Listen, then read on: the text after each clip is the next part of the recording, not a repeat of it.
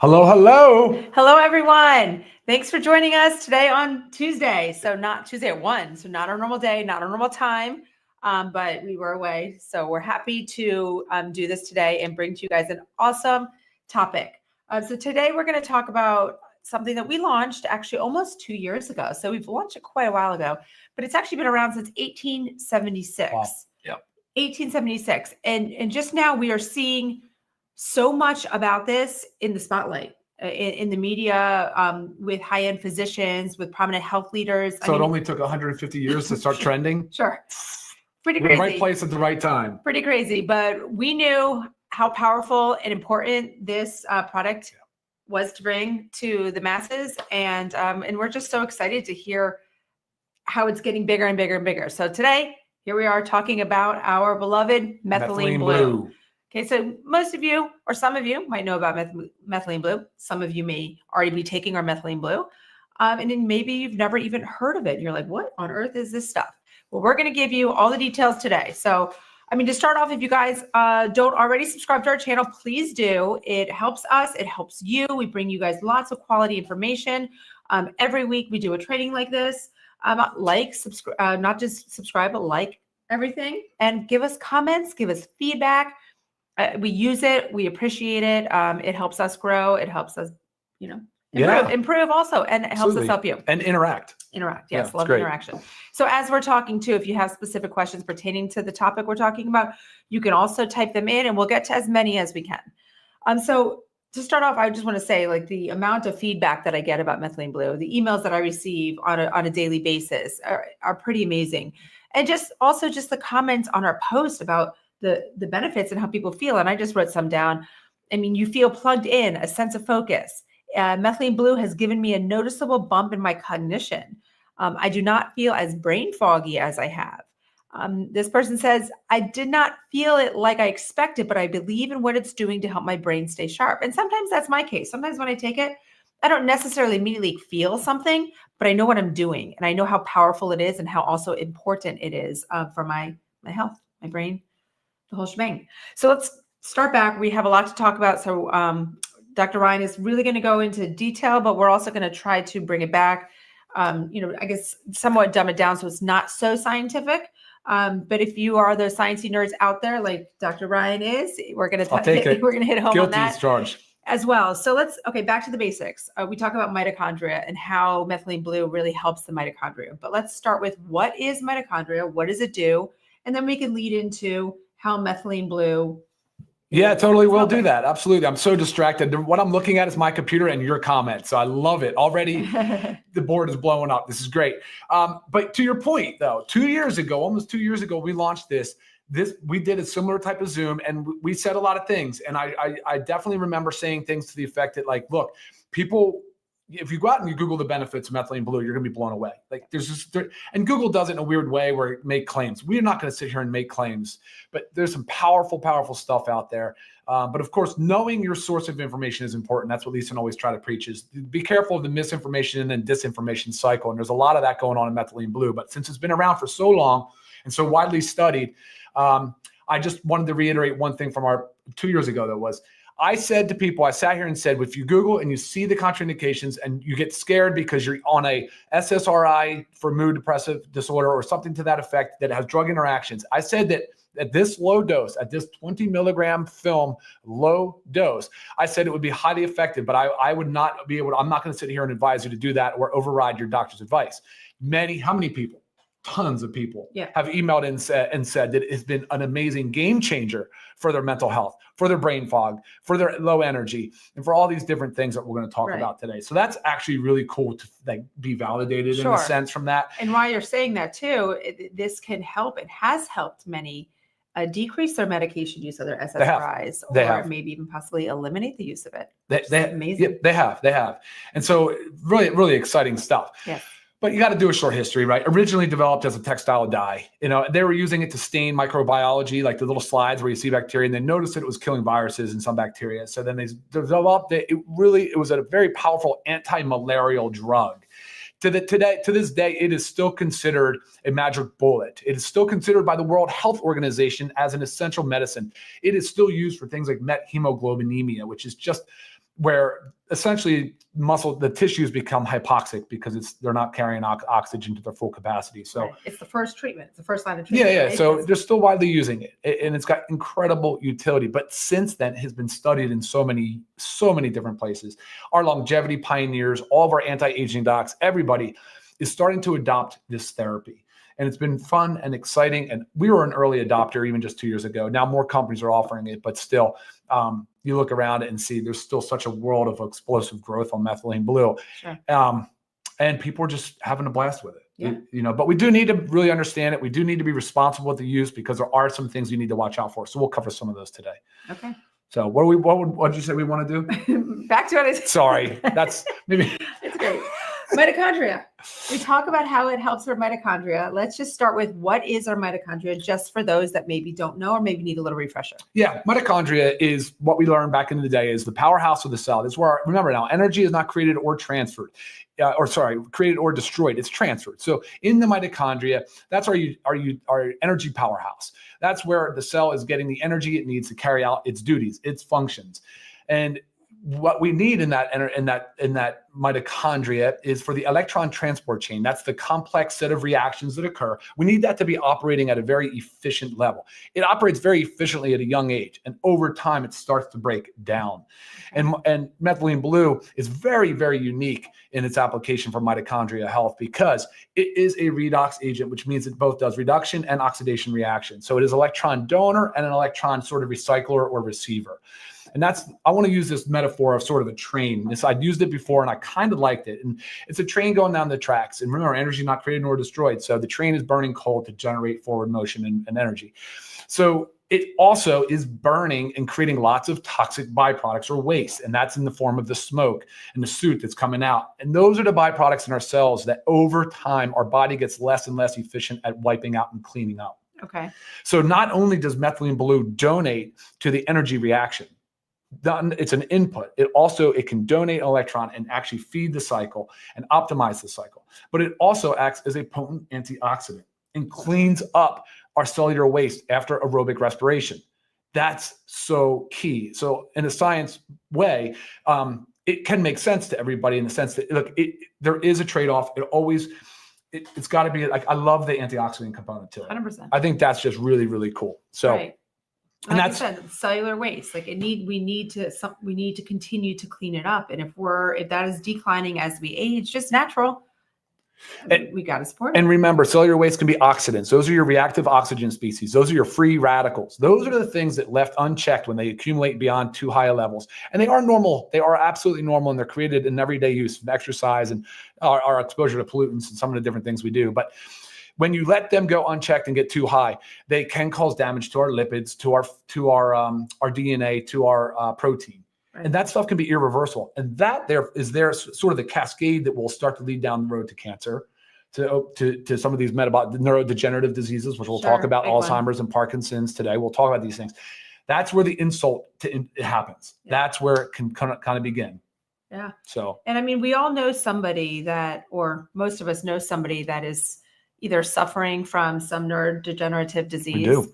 Or and especially we talk about the caregivers. I mean, you know how difficult this is. My aunt suffers from pretty bad dementia, and it's debilitating, and it takes a toll on the whole family. Yeah. So there's just and this is not just we do technical. This is not paper fill. This is not just for if you want to say treatment of a condition. This is really used. This needs to be used by everybody as a preventative measure. Like, and you were saying, I mean, athletes. Oh yeah, definitely. On the endurance side for sure. Right. So athletes can use it before they're going for endurance or for increased output. The more metabolically healthy that you are, the less you need to take methylene blue. You don't need it every day, but if you're metabolically dysfunctional, you're going to need methylene blue pretty much on a daily basis, and depending on what dose you want to land on. But yeah, yes, I've actually had people say, ask me if they can take it every day. They say they've noticed how it really has helped with their depression, their anxiety, but the days that they are not taking it, it comes right back. I said, yes, Your body is needing this. You need this. So take this every day. So just, good example there.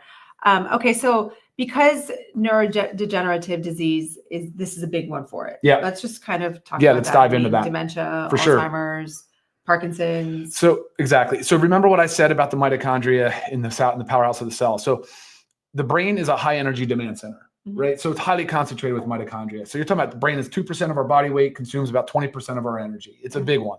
You also have the heart. You have the big organs like the liver. You've got testes, so you have your sperm and your eggs. So we're talking about fertility. But in the brain, it's very, very important. And so when you look at these neurodegenerative diseases and the breakdown that happens, I mean, there's a lot of promise, a lot of benefit now coming from methylene blue in those particular areas. So, the way it works too, it also increases some of our neurotransmitters, serotonin, dopamine, norepinephrine. It acts, and this is sort of one of the contraindications, but it acts as an MAOI. That's kind of a drug class. It's got a monoamine oxidase inhibitor, but it basically slows the breakdown of those neurotransmitters, increasing the concentration. So if you're on an SSRI that increases serotonin, they say that the concern would be too much serotonin. Right. And it could cause serotonin syndrome. I'm telling you right now, and all the evidence supports that at 20 milligrams oral dose, that is not a real risk. Right. Because typically when you Google it, right, look it up, it's with the studies are with high doses. And intravenous dosing. Yeah. A lot of times you go to a functional medical clinic or they do methylene blue IVs. I mean, these are super high doses directly into your bloodstream. So that is not what this is. This is 20 milligrams. So it's the lowest effective dose. So like Ryan said at the beginning, not only do we feel like this is safe, it's also effective for everyone. Yeah. And as far as the brain goes, remember, the brain is very, very, very difficult to treat. Drugs on the market have a hard time with it. The brain and the spinal cord make up our central nervous system. Right. And there's a blood-brain barrier that is very protective, right? For obvious reasons. Methylene blue, though, has both fat-loving and water-loving properties, and it's also a very small molecule. Methylene blue readily passes the blood-brain barrier, and it can highly concentrate in the brain's mitochondria. So that is also another reason for so much of this interest and study in it for brain health as well. So, and that's of course what we're looking at with neurodegenerative diseases, with Parkinson's and Alzheimer's, you're really focused on what's going on here with our tau proteins and some of these other beliefs. And, they're working through it. It's obviously they're having a hard time treating it though. Sure. And again, I think we're on the early phase of it because people, it takes 15 to 20 years before a bad lifestyle habits before that kicks in. And how many people have we seen that are living? 75% of people are overweight or obese, and there's a big wave of neurodegenerative disease heading our way. Coming. Yeah, which is sad and scary. I mean, so scary. We have to be aware of it. We have to be proactive. This is not just to be methylene blue is not just to be reactive, right? Again, something's going on, so we react and we take something. We need to be proactive about our health. That is one of the main things that Live Good in general is all about, but so important with methylene blue. So I'm going to put it in the water just so we can see. Let's do it. Yeah. I'm sorry I didn't do that in the first place. So tell them that's the foil. So it comes in a foil. So if you don't know, that was empty. You open it up and here's all your strips. Okay. You have 15 strips. Because as designed, you're not necessarily taking every day, but again, if you're in a state where decline and you really need it, take it in every day. Our prices are so affordable, it doesn't matter regardless. Yeah. Buy 2 boxes. And we were going to talk about that at the end, how to maximize the use. But right. So, I mean, actually, our CEO, Ben, just did a post about where he was showing several ways to take it. Mm-hmm. This is one way. Some people do drink it in water. The goal is, it can make your mouth very blue. So if you haven't done it, warning, your mouth, your teeth, your gums, your tongue will be very, very blue. Blue tongue. So some people like to do it this way because it helps avoid, but really you would love it to dissolve in your mouth, right? For the highest absorption. But I know that it's hard to walk around every day with blue because it does take some time. I have heard that if you drink something acidic after that, it helps the blue. So like a small glass of orange juice, something, maybe squeeze a bunch of lemon and water. So yeah, let's talk. Do you want to continue to talk dosing or should we talk indications? Well, no. I still want to talk about, so we talked about the neurodegenerative diseases, but I also want to talk about a couple things. just hit on, because I know this is actually a growing problem of fatty liver disease, non-alcoholic fatty liver disease. And there's some promising benefits about methylene blue's action. I was reading a study, actually, it says its ability to combat excess fat accumulation in the liver. That's one of the most promising aspects of methylene blue. The study showed that methylene blue activates AMPK, an enzyme that acts as a metabolic master switch. This activation leads to increased fat burning and decreased fat production in the liver. This is a big deal because, I mean, fatty liver is huge. And the fact that it's growing has a lot to do with our lifestyle. 100%, but the fact that it's growing, we need to do things to help this. So fatty liver is a great one. And then what about UTIs? Because I know that's a big deal. Yeah, sure, can help there. Can help with UTIs. It's a great treatment instead of prescription medications. Well, you leave that to the physician to decide, depending on severity 100%. and all the other things. Yes, but it's highly effective against UTIs as it's excreted by your kidneys into your bladder, where it reaches a very high concentration and becomes a potent oxidant stress that kills virtually any pathogen there without disrupting the microbiome. Well, I would focus on the fact that there's a lot of studies in all of these areas. So sure, I think you have I've provided you with, I don't know, I have a lot of studies, 100 plus studies on methylene blue for all these different areas. Yes. So if you do want some studies, I'm happy to go ahead and forward them. But again, if you look up the benefits of methylene blue, try to find articles that come from PubMed. That's a great source.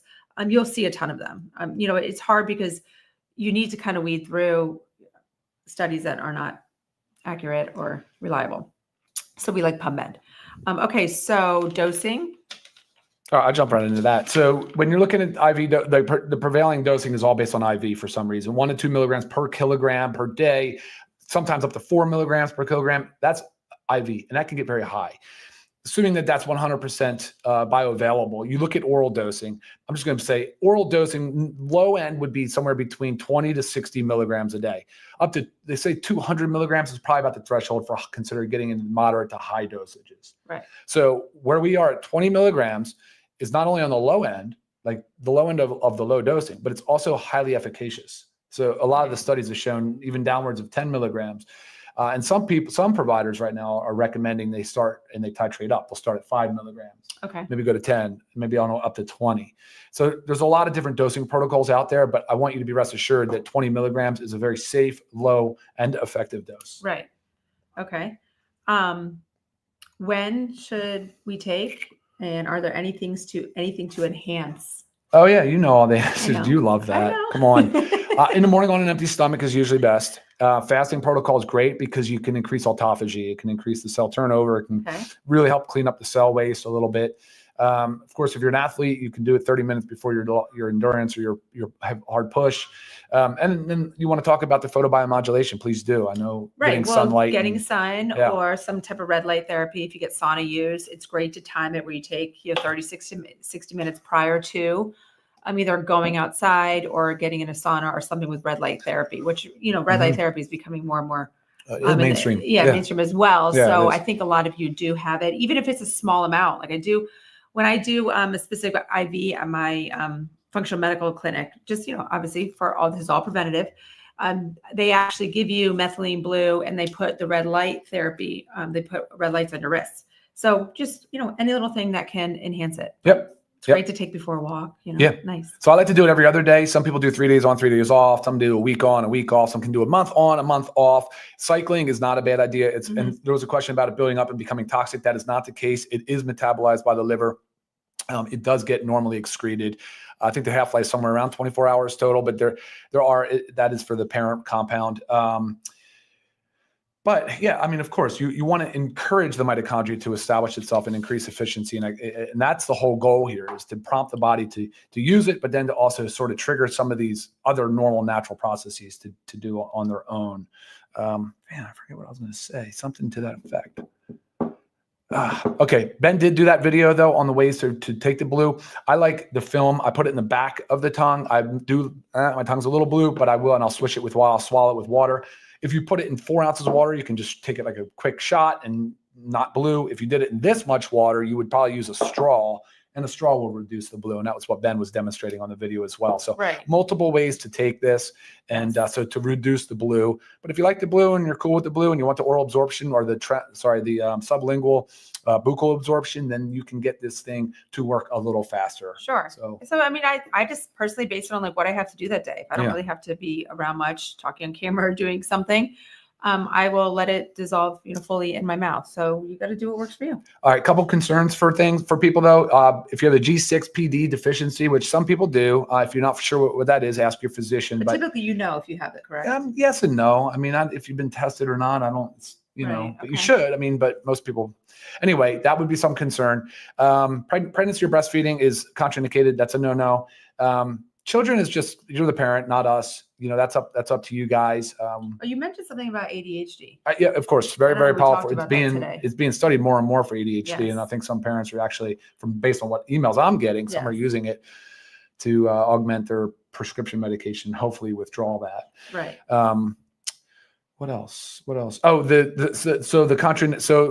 drug interaction with SSRIs or SNRIs and being careful with that. Like I said earlier, the 20 milligrams oral dose has shown more benefit than risk as far as like worried about serotonin syndrome. However, I am not your physician. I cannot give you medical advice. This is something you should clear by your doctor. If you are on an SSRI or an SNRI or an MAOI, you definitely would want to let them know that you're either using or considering using methylene blue. And if they haven't heard of it, I mean, bring the research and communicate that the studies against it with being on the medication have to do with high doses and how low this dose. So again, dosing is very important when it comes to that. It really is. And what about USP?